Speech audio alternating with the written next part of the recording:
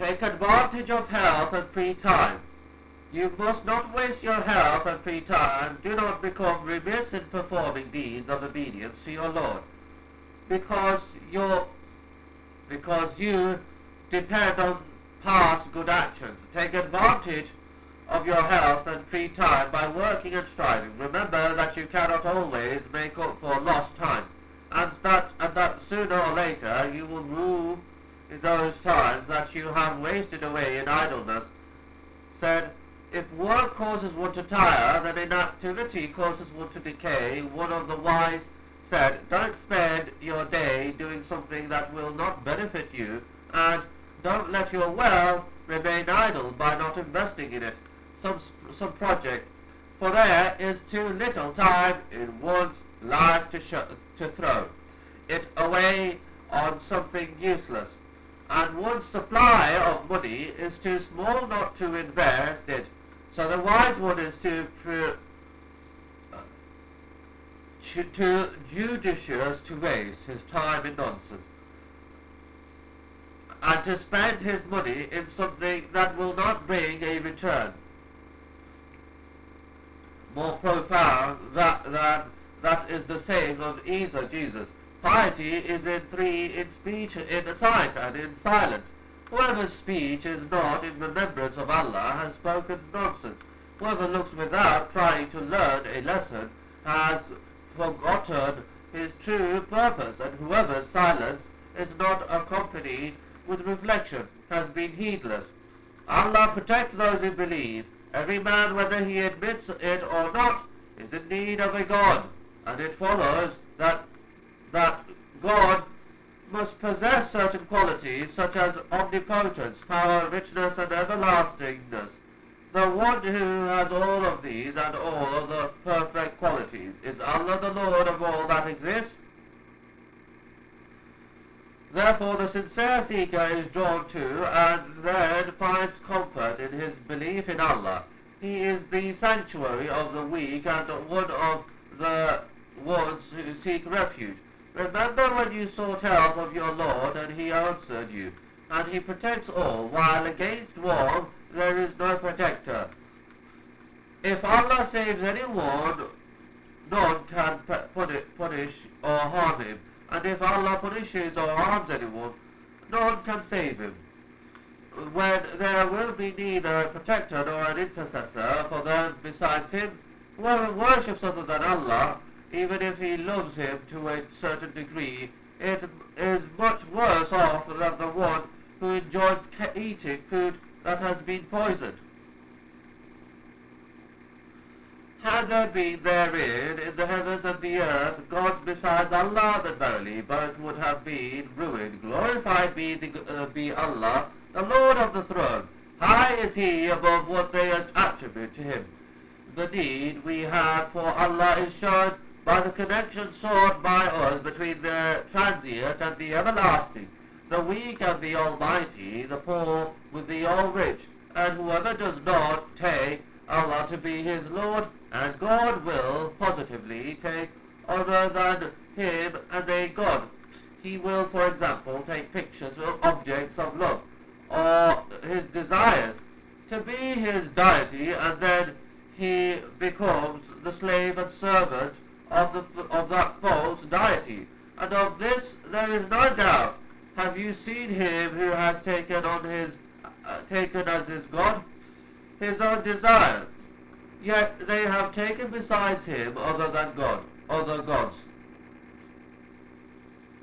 In a hadith, the Prophet asked someone, "How many do you worship?" The man answered, "I worship 7/6 on the earth and 1 in the heavens." The Prophet asked, "Who from them do you hope from and fear?" He replied, "The one in the heavens." The Prophet said, "Then abandon the ones of the earth and worship the one in the heavens." Know that the need of the slave to worship Allah alone without associating partners with him is more urgent than the need to breathe air. A person's reality resides in his heart and soul, and neither one's heart nor soul is healthy except by worshipping Allah. Whoever craves for a meeting with Allah loves him, and Allah will be for him stronger in love. The opposite holds true for the one who hates. So ask Allah for His mercy and favour, but don't depend on this alone. But perform good deeds also. Even if one finds pleasure in Allah other than Allah, it is a condition that will not last. For when the one becomes bored with one object or person, he immediately seeks another. He then finds blessings with this person at one time, and finds annoyance and vexation with the same person at another time. Indeed, he might even come to hate a person whose company at one time has given him the utmost of pleasure. As for Allah, one is in constant need of Him, in all occasions and at all times. I wish that you were pleased with Him, and every human was with me angry. If you are pleased with me, that is pinnacle of my hopes. The Prophet, blessings and peace be upon him, said, whoever pleases Allah by making a people angry, Allah will be pleased with him, and he will make them to be pleased with him. And whoever angers Allah by pleasing the people, Allah will be angry with him, and He will make the people to be angry with him also. And thus we do make the wrongdoers supporters and helpers of one another in committing crimes because of that which they used to earn, signpost of the seeker's highway. If one wants to know whether one is climbing upwards toward success, there are certain signs and indications that can help him to determine his progress. As one becomes more knowledgeable, one becomes more humble and merciful to others. Think of an expensive pearl. The more heavy and valuable it is, the deeper it is in the ocean. A wise person knows that though knowledge is a gift, Allah tests the one He gives it to. When one is thankful for the gift of knowledge, one will be raised in ranking. Allah will exalt in decree those of you who believe, and those who have been granted knowledge. The more one performs good deeds, the more one becomes cautious and fearful, in the sense that he does not feel secure from error, such as a slip of the tongue or a change of heart. He is always in a state of watching over himself.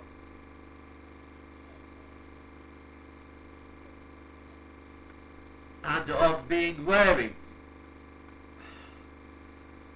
He is like a careful bird. Each time it lands on a tree, it soon leaves it for another, afraid of the skill hunter and his bullet.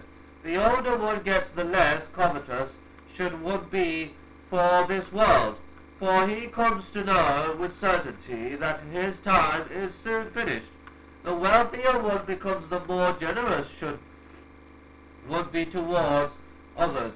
The wealthy Muslim must understand that his wealth is a trust given to him, and that Allah is testing him in that wealth.